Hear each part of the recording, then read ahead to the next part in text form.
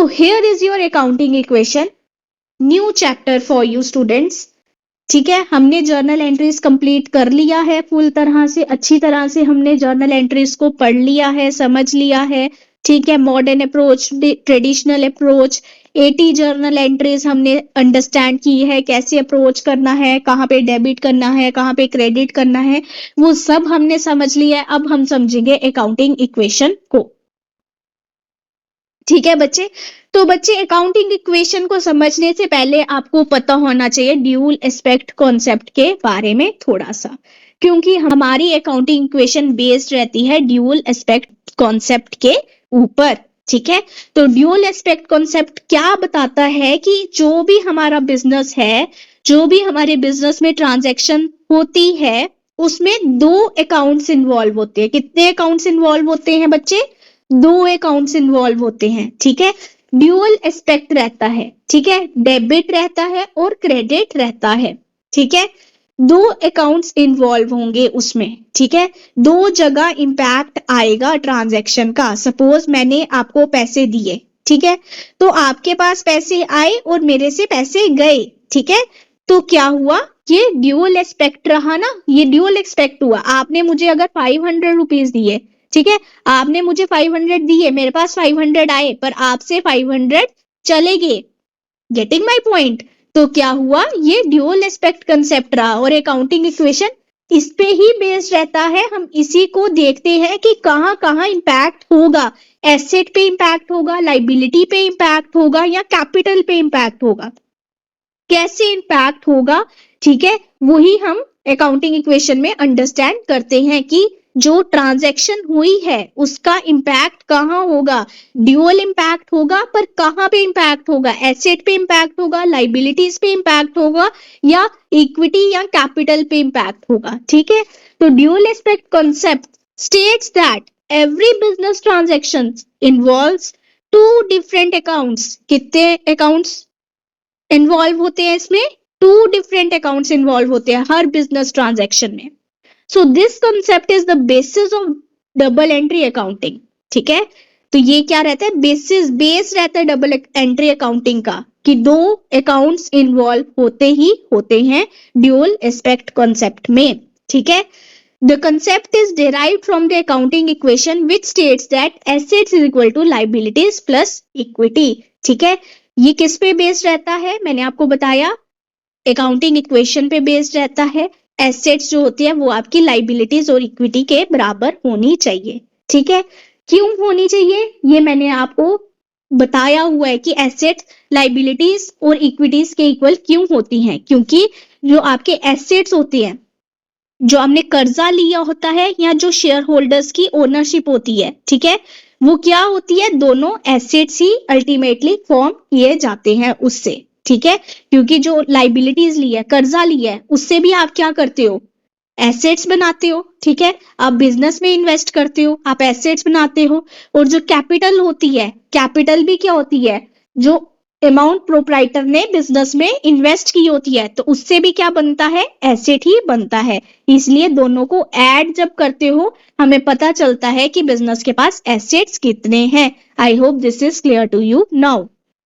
ठीक है, now accounting equation is the basic principle of accounting का बेसिक प्रिंसिपल क्या रहता है? Accounting equation. बैलेंस शीट का भी ये फंडामेंटल एलिमेंट रहता है। क्यों रहता है? क्योंकि बैलेंस शीट डिपेंडेंट ही इसी पे होती है ना, इसी इक्वेशन पे बैलेंस शीट रहती है। Assets is equal to capital plus liabilities, यही चीजें आप बैलेंस शीट में रिकॉर्ड करते हो। ठीक है, तो अकाउंटिंग इक्वेशन क्या होता है? ये बेसिक प्रिंसिपल, ये फंडामेंटल एलिमेंट रहता है अकाउंटिंग का और बैलेंस शीट का। ठीक है, इक्वेशन क्या होती है? Assets is equal to capital plus liabilities. ठीक है, this equation sets the foundation of double entry accounting. Already पढ़ लिया। ठीक है, ये फाउंडेशन रखती है डबल एंट्री अकाउंटिंग की, क्योंकि अकाउंटिंग इक्वेशन होती है तो हमें पता चलता है कि ट्रांजैक्शन का 2 जगह इंपैक्ट होता है। ठीक है, अगर आपने कैश पे किया, ठीक है, अगर आपने कैश पे किया किसी को, एक तो आपसे कैश कम हो जाता है। ठीक है, एक आपकी क्या होता है बच्चे? इक्विटी कम हो जाती है, आपकी कैपिटल कम हो जाती है, होती है ना। जब आप किसी को कैश पे कर रहे हो, सपोज आपने 500 रुपीज कैश मुझे पे किया, सुरभि को पे किया, ठीक है। जब आपने 500 कैश सुरभि को पे किया तो एक तो आपका बच्चे कैश कम हो गया, एसेट कम हो गया ना। जहां आपका कैश 500 था, जहां आपका कैश अगर पहले 1000 था, 500 पे कर दिया तो आप कितना कैश बचा आपके पास? 500 ही बचा, ठीक है। अगर कैपिटल आपके पास पहले 2000 थी, पहले आपकी कैपिटल कितनी थी? 2000 थी। जब आपने उसमें से कैश पे कर दिया, ठीक है, आपने क्या किया? कैश पे किया 500, तो कितनी अब आपके पास कैपिटल बची? 1500 की कैपिटल बची। I hope you are getting this point, ठीक है। तो आपकी कैपिटल भी कम होगी ना, इक्विटी भी, ओनरशिप भी कम होगी। जब आप कैश ही पे कर रहे हो तो आपकी इक्विटी भी, ओनरशिप भी कम हो गई। तो ये क्या हुआ? डबल साइड इफेक्ट आया, राइट। तो ये जो इक्वेशन है यही फाउंडेशन स्टोन रखती है डबल एंट्री अकाउंटिंग का, ठीक है। And highlights the structure of the balance sheet, और यही स्ट्रक्चर को हाईलाइट भी करती है कि बैलेंस शीट का स्ट्रक्चर कैसा होना चाहिए। Double entry accounting is a system where every transaction affect both side of the accounting equation. Like I told you कि दोनों साइड पे इम्पैक्ट होता है ट्रांजैक्शन का, एसेट पे भी इम्पैक्ट होगा और लाइबिलिटीज या कैपिटल, दोनों में से एक पे इम्पैक्ट होगा ही होगा। जैसे मैंने आपको अभी बताया, कैश पेड, ठीक है। जब आप कैश पे करते हो, एसेट आपका क्या हो जाता है? कम हो जाता है। कैपिटल भी क्या हो जाती है? कम हो जाती है। यही हमने अकाउंटिंग इक्वेशन में पढ़ना है कि क्या क्या ट्रांजैक्शन का क्या क्या इम्पैक्ट आता है, ठीक है। तो for every change to the asset account there must be an equal change to the related liability और कैपिटल। सेम चीज समझाई ना। अगर 500 रुपया कैश पे कर रहे हो तो एसेट 500 कम हो जाएगा और कैपिटल भी आपसे 500 कम होगी। लाइबिलिटी तो कहीं से भी नहीं ना बनी, कैपिटल ही कम होगी, क्योंकि आपकी ओनरशिप, आपकी जितना टोटल क्लेम है वो कम हो जाएगा, क्योंकि 500 का पे कर दिया आपने। अब आप 500 रुपया ज्यादा थोड़ी मांग सकते हो कि मेरे को 500 रुपया ज्यादा दो, उल्टा 500 रुपया अब आपको कम मांगना पड़ेगा, क्योंकि आपने वो पैसे पे कर दिए हैं। I hope this is clear to you now. It is important to keep accounting equation in mind while performing journal entries. Journal entries जब भी करते हो तो accounting equation को आपको दिमाग में रखना होता है, ठीक है। तो ये सारे कनेक्टेड टॉपिक्स है। अब आपको पता है जर्नल एंट्रीज कैसे करते हैं, तो अब आपके लिए बच्चे अकाउंटिंग इक्वेशन बहुत इजी हो जाएगा, क्योंकि आपको पता है डेबिट किसको करना है, क्रेडिट किसको करना है। तो आपको अंडरस्टैंडिंग तो जर्नल एंट्रीज से ही हो गई होगी। अकाउंटिंग इक्वेशन अब आपके लिए बिल्कुल हलवा है, ठीक है। जैसे हम समझेंगे ना आपको बिल्कुल समझ आते जाएगा। जैसे कैश पे किया तो कैश पे करोगे तो क्या होगा? कैश आपका कम हो जाएगा। वैसे कैश रिसीव करोगे, if you have received cash, cash receive करोगे तो क्या होगा? कैश आपका क्या हो जाएगा? इंक्रीज हो जाएगा। मतलब एसेट क्या हुआ? इंक्रीज हो गया। वहीं कैश जब इंक्रीज होगा, एसेट इंक्रीज होगा आपका, तो कैपिटल भी इंक्रीज हो जाएगी, है ना। इक्विटी इंक्रीज हो जाएगी। अगर आपके पहले 1 लाख थे, आपको 1 लाख और कैश मिला तो 2 लाख हो गई अब आपकी इक्विटी, ठीक है। अगर कैश आपके पास पहले 50,000 का था, ठीक है, 1 लाख आपके पास कैश आपको रिसीव हुआ, तो अब आपके पास कैश कितना बना? आपका मतलब एसेट कितना बना? 1,50,000 का एसेट बन गया। I hope this is clear to you now, right. तो क्या होता है बेसिकली, जब भी ट्रांजैक्शन की जाती है उसका इम्पैक्ट एक तो एसेट पे आएगा, एक तो कहाँ आएगा? लाइबिलिटीज प्लस कैपिटल में से किसी एक पर आएगा ही आएगा। तभी क्या होता है? ड्यूल एंट्री इफेक्ट होता है, ठीक है। तभी डबल एंट्री अकाउंटिंग का अस्तित्व होता है, ठीक है। उसे हम पढ़ते हैं, ठीक है, अकाउंटिंग इक्वेशन से रिलेट करते हैं, ठीक है। तभी तो हम उसे बोलते हैं कि वो फाउंडेशन रखता है डबल एंट्री अकाउंटिंग की, ठीक है। कौन? Accounting equation. I hope this is clear to you now. The balance sheet is broken down into 3 major sections. जो बैलेंस शीट है हम उसको 3 सेक्शंस में ब्रेक डाउन करते हैं, ठीक है। एसेट्स, लाइबिलिटीज और कैपिटल में, ठीक है।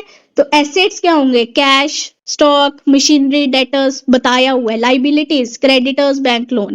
कैपिटल क्या होगी? Capital reserves. ये सब हो गया, ये हमने कवर कर लिया हुआ है, ठीक है। तो ये ही चीजें आपकी बैलेंस शीट में आती हैं, बहुत बार बताया है। The accounting equation shows the relationship between these items. Accounting equation भी क्या बताती है, रिलेशनशिप बताती है इन आइटम्स के बीच में, ठीक है। और हम अकाउंटिंग इक्वेशन को इस तरह से भी लिख सकते हैं, एक तो हो गया ना, एसेट्स जो होते हैं हमारे कैपिटल प्लस लाइबिलिटीज के इक्वल होते हैं, क्योंकि कैपिटल और लाइबिलिटीज का सम टोटल ही क्या होता है, एसेट्स होता है, ठीक है। और अगर हमने इसको ऐसे करके लिखना हो, capital is equal to assets minus liabilities, वही हुआ ना, लाइबिलिटीज को आप इस तरफ ले गए, ठीक है, प्लस है तो यहां जाके माइनस हो जाएगा, तो assets is equal to, sorry, capital is equal to assets minus liabilities, ये भी हो जाता है, ठीक है।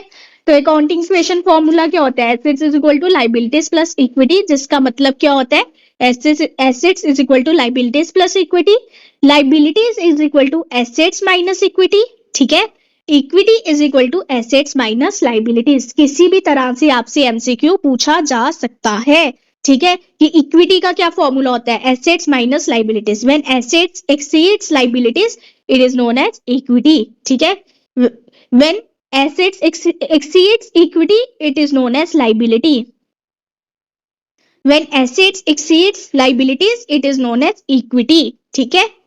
sum total of liabilities and equity is known as assets, ठीक है, आपसे पूछा जा सकता है sum total of liabilities and equity is known as assets, liabilities, equity या none of the above, so the right answer is assets, ठीक है, right।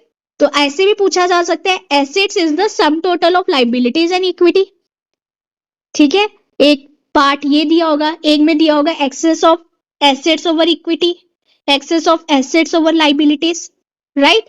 तो इस तरह से कुछ भी आपसे एमसीक्यू बना के पूछा जा सकता है। I hope this is clear to you. The above relationship is known as accounting equation, यही क्या है, यही आपकी अकाउंटिंग इक्वेशन है या बैलेंस शीट इक्वेशन होती है। अकाउंटिंग इक्वेशन या बैलेंस शीट इक्वेशन दोनों सेम है, one and the same thing, ठीक है। सो की components in the accounting equation क्या क्या होते हैं, एक तो हो गया एसेट्स, ठीक है, एक हुआ आपका लाइबिलिटीज, एक हुआ आपकी इक्विटी, ये आपकी क्या रहते हैं, की कंपोनेंट्स रहते हैं। अब आपको पता है एसेट्स क्या होते हैं, जर्नल रीड मैं आपको दे देती हूँ। Assets can be described as the value of the things owned by the firm for the purpose of using them in the business, ठीक है। तो एसेट्स क्या हो गए, बिजनेस के पास क्या क्या है, ठीक है, वो रिसोर्सेज जहां से इकोनॉमिक वैल्यू जनरेट हो पाए उन्हें हम एसेट्स बोलते हैं, वेरी फर्स्ट क्लास में बताया है, ठीक है। तो एसेट्स क्या हो गए, assets are the resources owned by individual और कंपनी, ठीक है, and that has the capacity to generate money और इनकम, ठीक है, इन फ्यूचर, उसे क्या बोलते हैं, हम एसेट्स बोलते हैं। एसेट्स आपके वेरियस टाइप्स के होते हैं, ठीक है, एसेट्स आपके वेरियस टाइप्स के होते हैं, हमने क्लासिफिकेशन पढ़ी हुई है, ठीक है। नॉर्मली फिक्स्ड करंट एसेट्स में हम इसको क्लासिफाई कर देते हैं, टेंजिबल इंटेंजिबल में क्लासिफाई करते हैं, ऑपरेटिंग नॉन ऑपरेटिंग में क्लासिफाई करते हैं। They are not meant for sale, ठीक है। Expenditure that occurred in acquiring these valuable articles is also considered as an asset, जो भी एक्सपेंडिचर आप करते हो, ठीक है, उसे भी आप क्या सोचते हो कि हमारा एसेट ही है, ठीक है। जब आप कोई एक्सपेंडिचर करते हो, जैसे मशीनरी पे इंस्टॉलेशन एक्सपेंडिचर किया, ठीक है, तो वो भी आप क्या सोचते हो कि हमारा एसेट ही फॉर्म हुआ है, क्योंकि आपने वहां से यूज वैल्यू लेनी होती है। Assets can be of different types, fixed, floating, fictitious, tangible, liquid, सब पता है। Assets are purchase to increase the earning capacity increase होती है।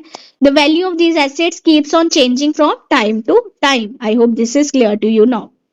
एग्जाम्पल्स क्या है, cash in hand, very important, examples पता होनी बहुत जरूरी है। Cash in hand, cash at bank, sundry debtors, bills receivable, investment, plant and machinery, equipments, tools, furniture and fittings, closing stock, prepaid expenses, accrued income, ये सब क्या है बच्चे, आपके एसेट्स हैं। आई होप ये कंपोनेंट आपको समझ आ गया होगा एसेट्स का। बेसिकली आपको एसेट्स का पता होना चाहिए कि कौन कौन से एसेट्स होते हैं आपके। अकाउंटिंग इक्वेशन में जब एसेट्स लिखा होगा is equal to capital plus liabilities होगा, तो एसेट्स कौन कौन से होते हैं वो चीज आपको पता होनी चाहिए, ठीक है। अगर आपको यही नहीं पता एसेट्स में क्या आता है तो फिर आप नहीं कर पाओगे, ठीक है। जैसे एक्सपेंडिचर को भी हम क्या कंसीडर करते हैं, एसेट्स की तरह कंसीडर करते हैं, ये याद रखना है। तो एसेट्स में कोई एक्सपेंडिचर होगा तो हम उसे एसेट्स की तरफ डाइवर्ट करेंगे, ठीक है। हम आगे पढ़ेंगे कि कैसे हमने अकाउंटिंग इक्वेशन को देखना होता है, अंडरस्टैंड करना होता है, कैसे क्वेश्चंस फ्रेम होंगे हमारे एग्जाम में। लाइबिलिटीज क्या होती हैं, डेट, ऑब्लिगेशन जो आपको पे ऑफ करनी रहती है। तो liability can be described as any claim of outsiders against the business और against the assets of the business. वही चीज बताई, it is the amount that the firm is liable to pay to the outsider party, जो pay करनी रहती है outsider party को। The proprietor's claim against the business is termed as an internal liability, ठीक है। इंटरनल एक्सटर्नल लाइबिलिटीज मैंने आपको बता दिया हुआ है ऑलरेडी। तो एक्सटर्नल लाइबिलिटी 3 टाइप्स की रहती है, creditors for goods, creditors for expenses, other liabilities, ठीक है। तो क्रेडिटर्स फॉर गुड्स, जिनसे हमने गुड्स लिए हैं उनको हमने पैसे देने हैं, तो सन्ड्री क्रेडिटर्स हो गए। बिल्स पेबल हो गए, बिल्स पे करने हैं आपने, ठीक है। गुड्स लिए हैं तो बिल्स पे करने हैं। एक्सपेंसेस के लिए जो क्रेडिटर्स होते हैं, जैसे आउटस्टैंडिंग सैलरीज हो गई, अनपेड वेजेस, रेंट ड्यू हो गया, ये सारे क्या हो गया, क्रेडिटर्स फॉर एक्सपेंसेस हो गए। अदर लाइबिलिटीज में आ गया bank loan, bank overdraft, partners loan, ये सब क्या हो जाती है, लाइबिलिटीज हो जाती है। और means these are your examples of liabilities. So the value of liabilities also keeps on changing from time to time. An increase in the value of liability means that firm has to pay more, and decrease in value suggests that firm has to pay less. यही है ना, liabilities अगर increase हो रही हैं तो इसका मतलब ज्यादा पैसा देना है, अगर डिक्रीज हो रही हैं तो इसका मतलब कम पैसा देना है। क्लियर? नो, इक्विटी, इक्विटी क्या होती है, टोटल क्लेम, ठीक है। ओनरशिप, इक्विटी क्या होती है, ओनरशिप या टोटल क्लेम। तो the amount invested bye owners in the business whether in cash और काइंड इज इक्विटी और कैपिटल। वही चीज हुई, ठीक है, कि जो अमाउंट इन्वेस्ट किया ओनर ने बिजनेस में, कैश में और इन काइंड, उसे हम क्या बोलते हैं, इक्विटी या कैपिटल बोलते हैं। अकाउंटिंग में इक्विटी और कैपिटल दोनों सेम हम कंसीडर करते हैं। The owner of the business can be a single person, single person भी हो सकता है सोल प्रोप्राइटर में, ठीक है। सोल प्रोप्राइटर मतलब सिंगल इंडिविजुअल बिजनेस को रन कर रहा है, ठीक है, तो वो सिंगल पर्सन हो सकता है, या 2 और मोर पर्सन भी हो सकते हैं, जैसे पार्टनरशिप में होता है। And many as share holders in company, ठीक है, कंपनी में शेयर होल्डर्स होते हैं। Equity can also be described as owners claim, वही बोला total claim against the assets of the business और ओनर्स फंड, वही चीज बता दी आपको। फर्दर इसको डिवाइड किया गया कैपिटल में, इक्विटी में क्या आएगा, कैपिटल आएगा। जिसने मेरा इक्विटी और कैपिटल का डिफरेंस पढ़ा है उसे समझ आ गया होगा अब डिफरेंस दोनों में, ठीक है, क्योंकि मैंने आपको बताया था इक्विटी जो कैपिटल है वो इक्विटी का पार्ट होता है, इसीलिए हम इसे इंटरचेंजेबली यूज कर लेते हैं। तो कैपिटल हो गया, रिजर्व, जनरल रिजर्व और रिजर्व फंड आ जाएगा इक्विटी में, ठीक है। रिजर्व, जनरल रिजर्व या रिजर्व फंड भी किस में आ जाएगा, आपका इक्विटी में आ जाएगा। प्रॉफिट और रिटेन्ड अर्निंग्स, रिटेन्ड अर्निंग्स भी आपका कहाँ पे आ जाएगा, इक्विटी में आ जाएगा। इंटरेस्ट ऑन कैपिटल, ये भी कहाँ आ जाएगा, इक्विटी में आएगा। अगर इसके रिलेटेड कोई भी ट्रांजैक्शन होगी, कैपिटल होगा, जनरल रिजर्व होगा, रिजर्व फंड होगा, या कोई रिजर्व की बात हो रही होगी, रिटेन्ड अर्निंग्स की बात हो रही होगी, इंटरेस्ट ऑन कैपिटल की बात हो रही होगी, तो ये कहाँ पे आ जाएगा, इक्विटी में आ जाएगा। The inter relationship between asset, liabilities and equity results in the transaction that shows that change in one element forces a change in another, ठीक है। तो इनका इंटर रिलेशनशिप क्या बताता है कि अगर एक चेंज होगा तो दूसरे में चेंज आएगा ही आएगा, ठीक है। जैसे अगर आपको इनकम रिसीव हो रही है तो इनकम रिसीव हो रही है तो कैश आपका इंक्रीज होगा ही होगा, साथ में इक्विटी भी आपकी इंक्रीज होगी ही होगी। वैसे ही अगर आप कैश पे कर रहे हो किसी को, ठीक है, तो कैश आपका डिक्रीज होगा ही होगा, इक्विटी भी आपकी डिक्रीज होगी ही होगी। I hope this is clear to you now, ठीक है। नाउ इसको कैलकुलेट कैसे करते हैं थोड़ा सा वो देखते हैं। Nupur started business with cash, ठीक है, नूपुर ने बिजनेस स्टार्ट किया कैश के साथ। तो अकाउंट्स कौन कौन से इफेक्ट होंगे, ट्रांजैक्शन क्या होगी, कैश टू कैपिटल, ये ट्रांजैक्शन होती है ना, cash account debit to capital account. Nupur ने स्टार्ट किया business with cash, started business with cash, first journal entry, cash account debit to capital account. तो अकाउंट कौन से इंपैक्ट कर रहे हैं, इफेक्ट हो रहे हैं, कैश और कैपिटल। ठीक है, कैश और कैपिटल इफेक्ट हो रहे हैं अकाउंट्स। ठीक है, तो नेचर ऑफ अकाउंट्स क्या है मॉडर्न अप्रोच में? एसेट है। कैश क्या है? एसेट है। कैपिटल क्या है? कैपिटल क्या होती है? कैपिटल होती है। ठीक है, कैपिटल को कैपिटल ही कंसीडर करेंगे ना, क्योंकि हमारे 5 कैटेगरीज होती हैं मॉडर्न अप्रोच में। मॉडर्न अप्रोच में 5 कैटेगरीज होती हैं। जल्दी से बताओ कौन कौन सी है? उसमें से एक कैटेगरी कैपिटल भी होती है। तो क्या नेचर रहेगी? कैपिटल ही नेचर रहेगी। अगर एसेट इंक्रीज होगा तो क्या करना है? डेबिट करना है। ठीक है, एसेट इंक्रीज होगा तो क्या करना है बच्चे? डेबिट करना है। ठीक है, तो बिजनेस स्टार्ट हुआ आपका कैश के साथ, तो 20,000 आपके पास कैश आया। ठीक है, कैपिटल भी क्या हो रही है? इंक्रीज हो रही है आपकी, क्योंकि अगर बिजनेस स्टार्ट कर रहे हो कैश के साथ तो कैश आ रहा है, तो कैपिटल इंक्रीज हो रही है ना, क्योंकि कैपिटल क्या होती है? Amount invested bye proprietor into the business. ठीक है, तो जो अमाउंट इन्वेस्ट की है वो भी इंक्रीज हो रही है 20,000 की, तो 2 जगह इंपैक्ट आया ना बच्चे। I hope this is clear to you. No purchase of goods worth 50,000 on credit. Goods purchase किए 50,000 के क्रेडिट पे, तो क्रेडिटर्स बने ना, मतलब लाइबिलिटी बनी। ठीक है, लाइबिलिटी में आ गया, तो लाइबिलिटी इंक्रीज होगी तो क्या होता है? डेबिट करते हैं। ठीक है, तो 50,000 डेबिट हो जाएगा।